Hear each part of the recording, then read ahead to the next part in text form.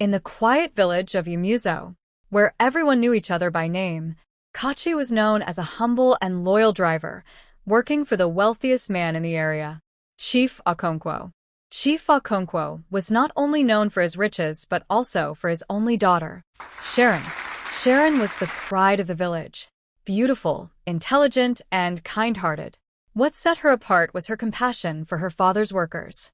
She treated everyone with respect, always offering a smile or a kind word. For those who served her father, she wasn't just the chief's daughter, she was their friend. Every morning, Sharon would stop to greet the cooks, gardeners, and even Kachi, who had become more than just her driver.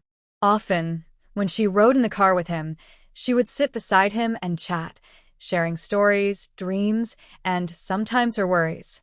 Kachi admired her deeply and took it upon himself to protect her like a brother. One evening, as Kachi sat in his small house, exhausted from the day's work, his phone rang. The voice on the other end was cold and unfamiliar, sending chills down his spine. Kachi, listen carefully. We know who you are, and we know who you work for. You're going to help us take Chief Okonkwo's daughter, Sharon. We'll pay you 5 million naira for your cooperation. But if you tell anyone, you'll regret it. Kachi's heart pounded in his chest. The idea of anyone harming Sharon was unbearable, but he didn't know what to do. The kidnappers had warned him not to tell anyone, yet he knew he had to try to stop them. The next morning, Kachi tried to speak with Chief Okonkwo about the threatening call. He waited outside the chief's office, his heart racing.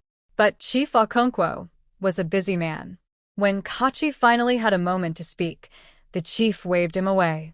Later, Kachi. I have important meetings now. Kachi left, frustrated and scared. He had tried to warn his boss, but no one was listening. Desperately, he decided to approach Officer Musa, the police officer assigned to guard Chief Okonkwo's house. Musa had been Kachi's friend for years, and Kachi trusted him to help. Musa, something bad is going to happen, Kachi whispered urgently.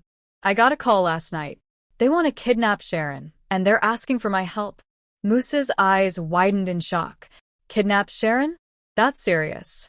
But listen, don't panic. Just play along with them for now. I'll inform my superiors and we'll handle it. Feeling slightly reassured but still uneasy, Kachi followed Musa's advice. Days passed and nothing seemed to happen.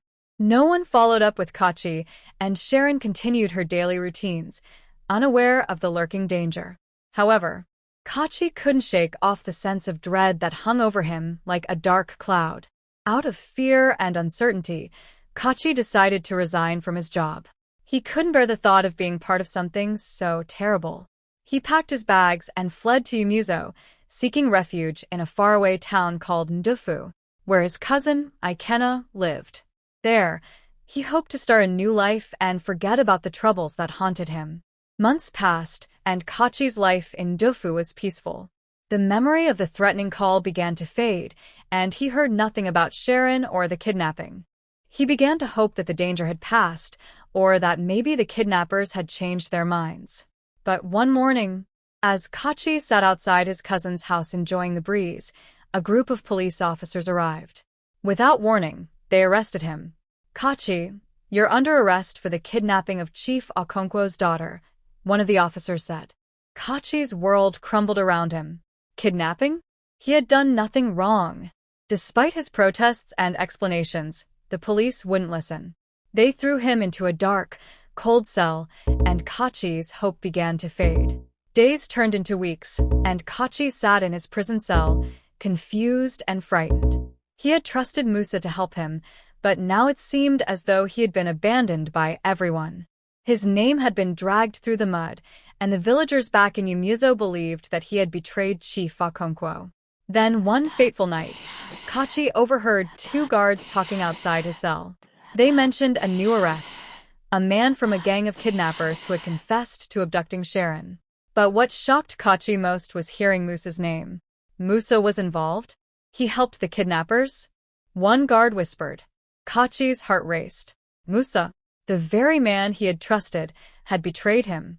Musa had been working with the kidnappers all along, passing information to them and helping them target Sharon. When Kachi had confided in him, Musa had used that information to ensure the kidnapping would succeed.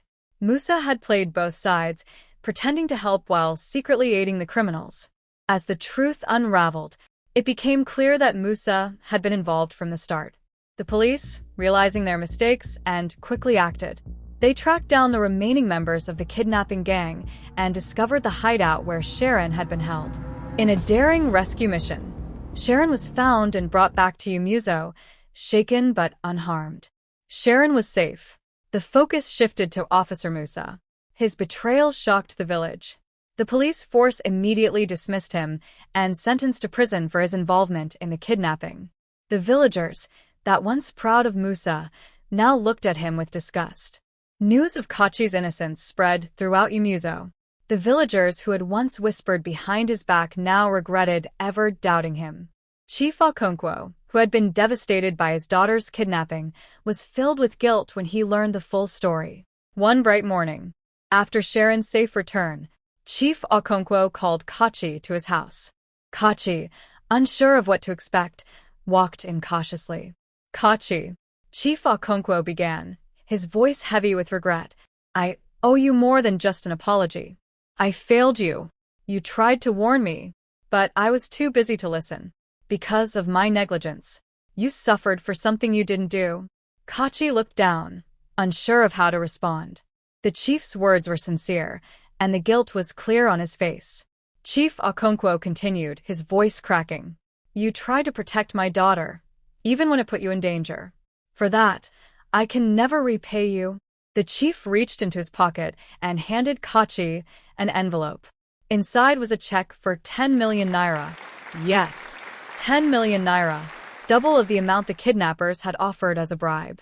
This is a small token of my gratitude for what you endured, Chief Okonkwo said.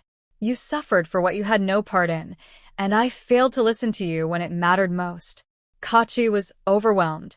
He had never expected such a reward.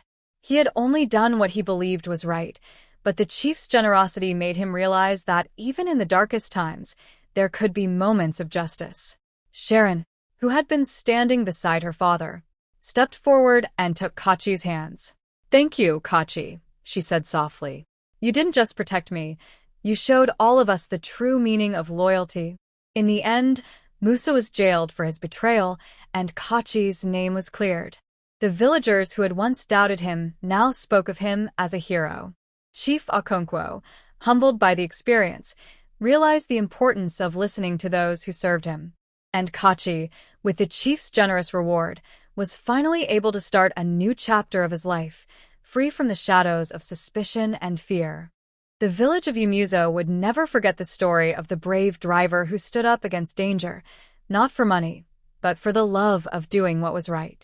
Kachi was no longer just a driver. To the people of Umuzo, he was a hero,